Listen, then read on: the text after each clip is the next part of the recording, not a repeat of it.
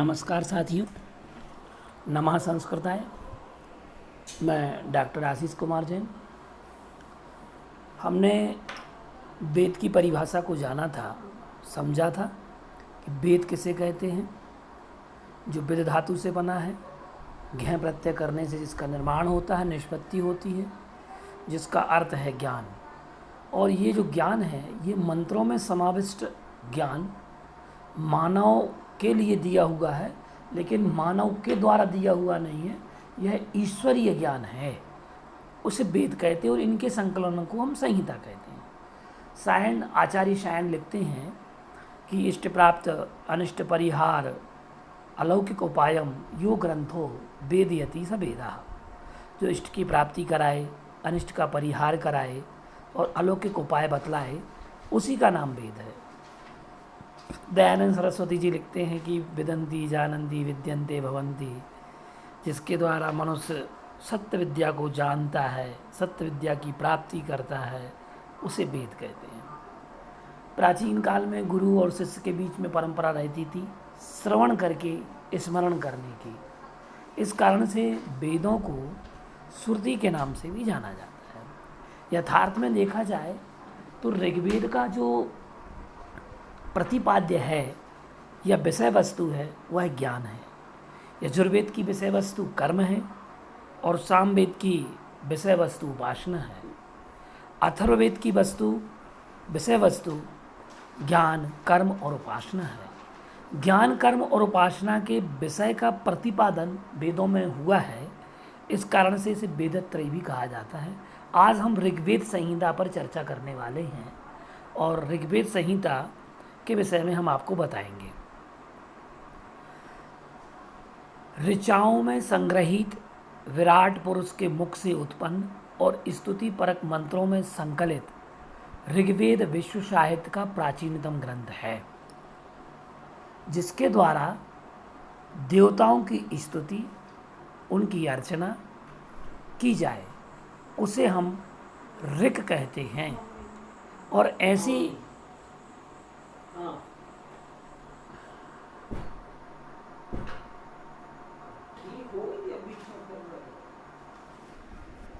कर लो, बात कर लो, रोक दो हमने वीडियो।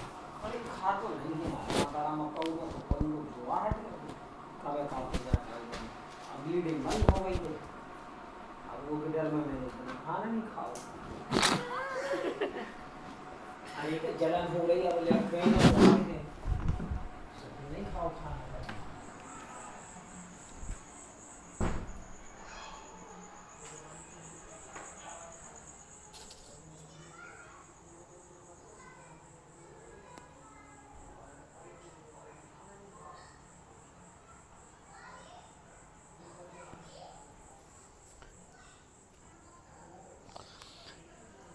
उसे ऋक कहते हैं। ऋच्यते स्तूयते यया इति ऋक।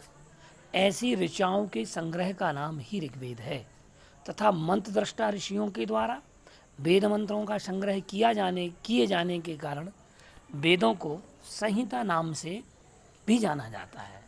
मंत्रों के संग्रह को संहिता कह दिया गया।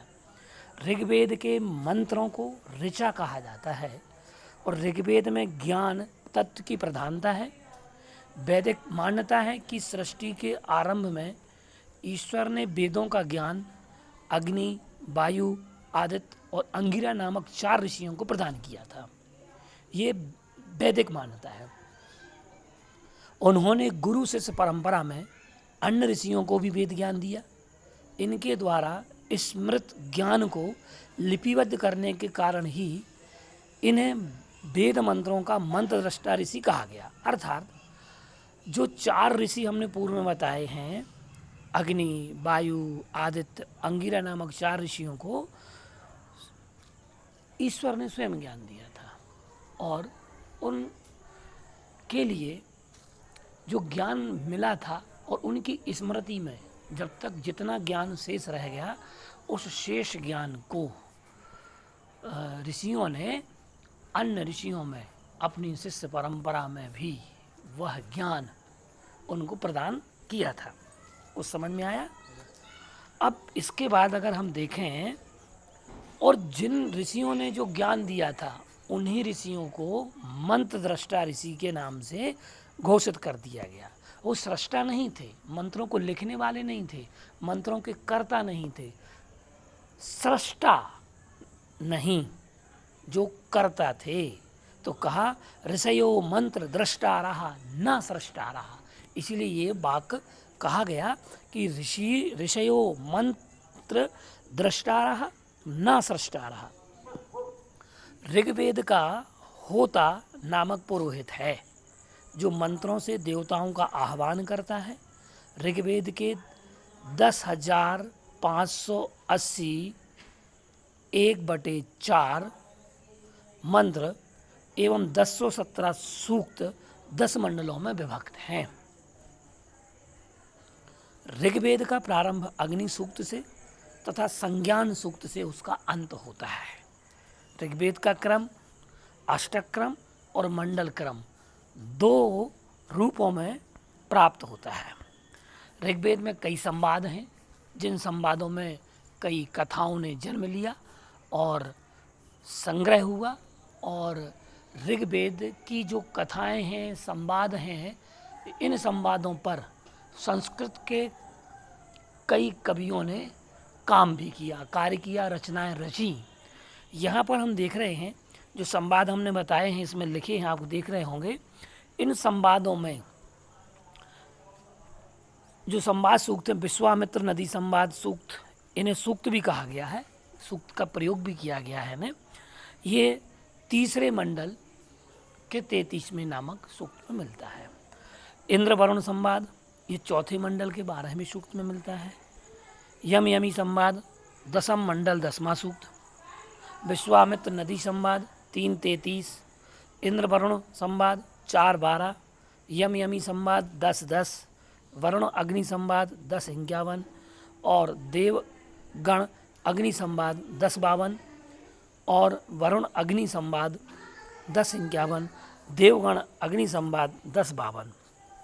इसके अलावा निरुक्तकार जो यास्क थे उन्होंने देवताओं का विभाजन किया, क्योंकि इनमें ऋग्वेद में देवताओं की आराधना अर्चना की गई है। तो ये हमने पहले बताया था आपको, इनकी स्तुति की गई है मंत्रों के माध्यम से, ऋचाओं के माध्यम से।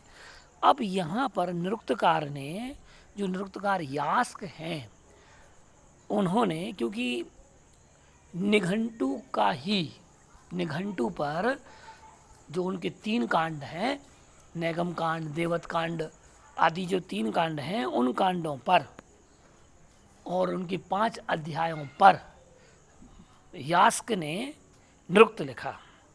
तो उन्हें निरुक्तकार इसलिए कहा गया है। यहाँ पर उन्होंने देवताओं के निवास के आधार से 3 भागों में उन्हें आधार पर विभक्त किया है, बांटा है।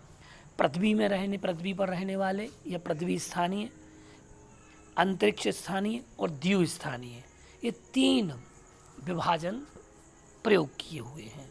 पृथ्वी स्थानीय में अग्नि, सोम और पृथ्वी आदि। अंतरिक्ष स्थानीय देवताओं में इंद्र, रुद्र आदि। द्यू स्थानीय वरुण, मित्र, उषस, सूर्य आदि। इसके अतिरिक्त अश्विनी विष्णु भी सम्मिलित हैं। इस प्रकार हमने आज जाना ऋग्वेद संहिता के विषय में, संक्षिप्त में, सूत्रात्मक, बहुत विस्तार से हमने इसकी जानकारी को जाना है, समझा है। हम आगे और भी विषयों में चर्चा आपसे करेंगे।